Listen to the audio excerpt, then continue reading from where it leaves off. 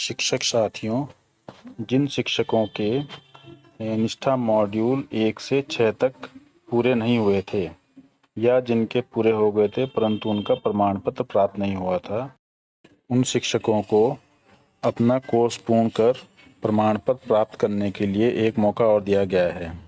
अर्थात आप लोगों ने 1 दिसंबर से 31 दिसंबर तक इन कोर्सों को पूर्ण करके अपने प्रमाण पत्र प्राप्त करने हैं।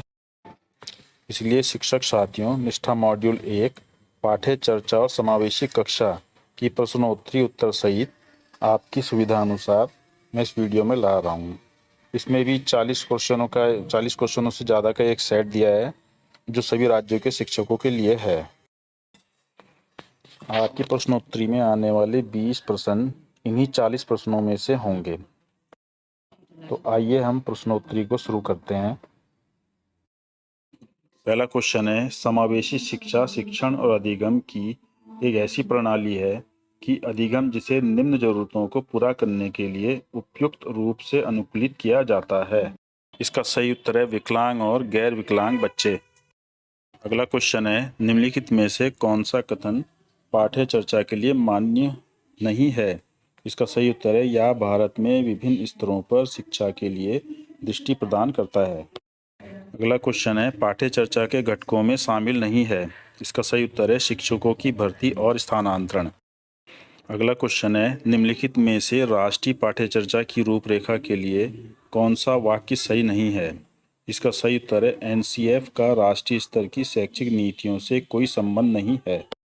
अगला क्वेश्चन है, सीखने के प्रतिफल स्पष्ट करते हैं। इसका सही उत्तर है एक निर्धारित पाठ्यक्रम के विकास, ज्ञान कौशल, व्यक्तिगत सामाजिक गुण और के दृष्टिकोण का विकास।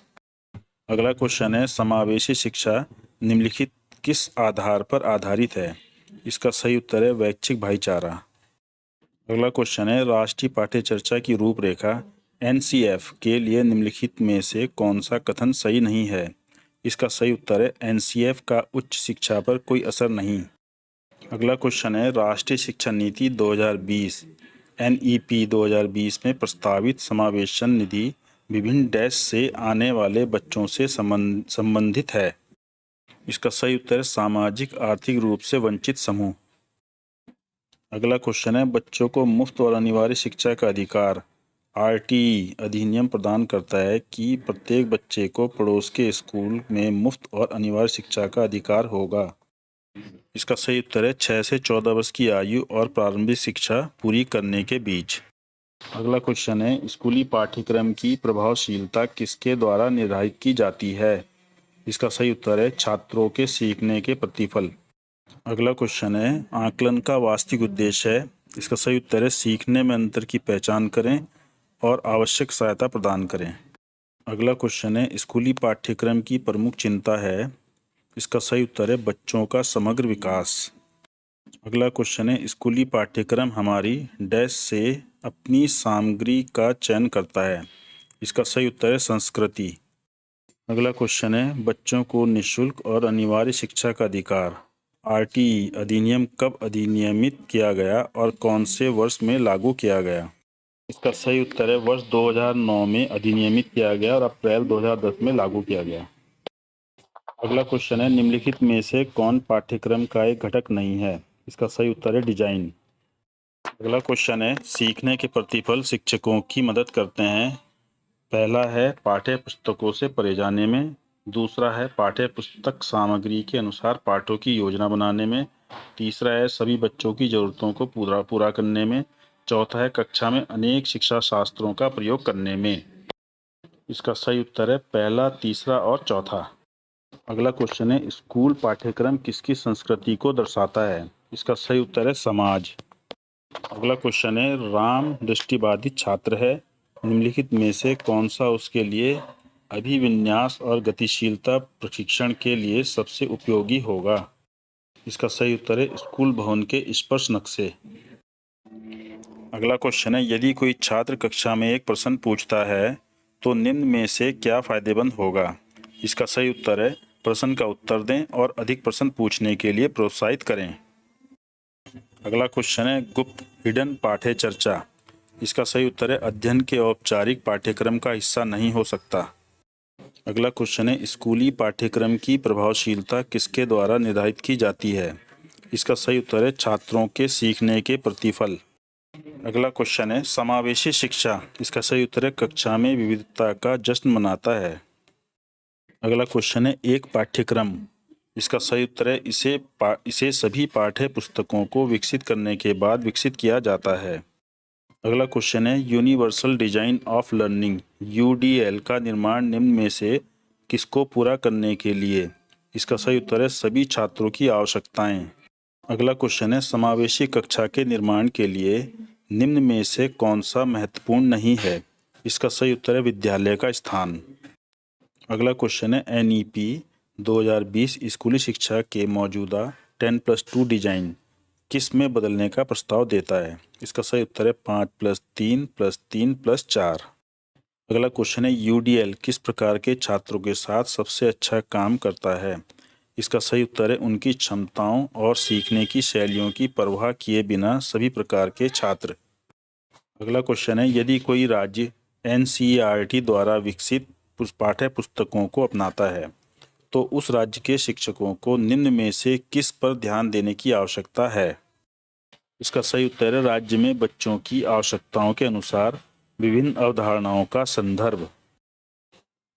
अगला क्वेश्चन है, क्या सीखने के सार्वभौमिक डिजाइन यूडीसी के लिए निम्न की आवश्यकता नहीं है? इसका सही उत्तर है विशेष रूप से विशिष्ट सीखने की आवश्यकता वाले बच्चों के लिए सीखने को अनुकूलित या डिजाइन करें। अगला क्वेश्चन है, स्कूली पाठ्यक्रम की प्रभावशीलता किसके द्वारा निर्धारित की जाती है? इसका सही उत्तर है छात्रों के सीखने के प्रतिफल। अगला क्वेश्चन है, पाठ्य चर्चा के तत्वों की व्यवस्था को किस रूप में जाना जाता है? इसका सही उत्तर है पाठ्य चर्चा प्रारूप। अगला क्वेश्चन है, निम्नलिखित में से कौन सा एनसीएफ 2005 का मार्गदर्शक सिद्धांत नहीं है? इसका सही उत्तर है पाठ्य चर्चा पाठ्य पुस्तक केंद्रित हैं। अगला क्वेश्चन है, पाठ्य चर्चा निर्माण की प्रक्रिया में पाठ्यक्रम को किसके बीच रखा जाता है? इसका सही उत्तर है एनसीएफ और पाठ्य पुस्तकें। अगला क्वेश्चन है, निर्धारित समय में कवर की जाने वाली विशिष्ट कक्षा के लिए किसी विषय में शामिल किए जाने वाले विषयों या विषयों की रूपरेखा कहलाती है? इसका सही उत्तर है पाठ्यक्रम। अगला क्वेश्चन है, समान विकलांगता वाले दो बच्चे को, इसका सही उत्तर है कक्षा में शिक्षक द्वारा किसी भी हस्तक्षेप की आवश्यकता नहीं होगी। अगला क्वेश्चन है, गैर वैकल्पिक संचार प्रणाली मदद करती है इन बच्चों के साथ संवाद स्थापित करने में? बच्चे, इसका सही उत्तर है विकलांग या बिना विकलांग बच्चे। अगला क्वेश्चन है, सामाजिक रूप से वंचित समूहों एसडीजी से संबंधित बच्चों को शामिल करने के लिए इनके लिए निम्न में से क्या फायदेमंद नहीं होगा? इसका सही उत्तर है यूनिफॉर्म। अगला क्वेश्चन है, आकलन का वास्तविक उद्देश्य है? इसका सही उत्तर है सीखने में अंतर की पहचान करें और आवश्यक सहायता प्रदान करें। अगला क्वेश्चन है, विकलांग व्यक्ति अधिकार अधिनियम 2016 आरपीडब्ल्यूडी अधिनियम 2016 समावेशी शिक्षा जिसमें विकलांगता और बिना विकलांगता वाले छात्र शामिल हैं को शिक्षा की ऐसी प्रणाली के रूप में परिभाषित करता है जहां सभी, इसका सही उत्तर है एक साथ सीखें और शिक्षण और सीखने की प्रणाली उपयुक्त रूप से अनुकूलित है। अगला क्वेश्चन है, अच्छी पाठ्य पुस्तकों की विशेषताएं हैं? इसका सही उत्तर है वे राष्ट्रीय पाठ्य चर्चा की रूपरेखा के परिप्रेक्ष्य के शिक्षार्थी हितैषी और चिंतनशील हैं। अगला क्वेश्चन है, भारत में शिक्षा पर पहली और दूसरी राष्ट्रीय नीति को किन वर्षों में तैयार किया गया? इसका सही उत्तर है 1948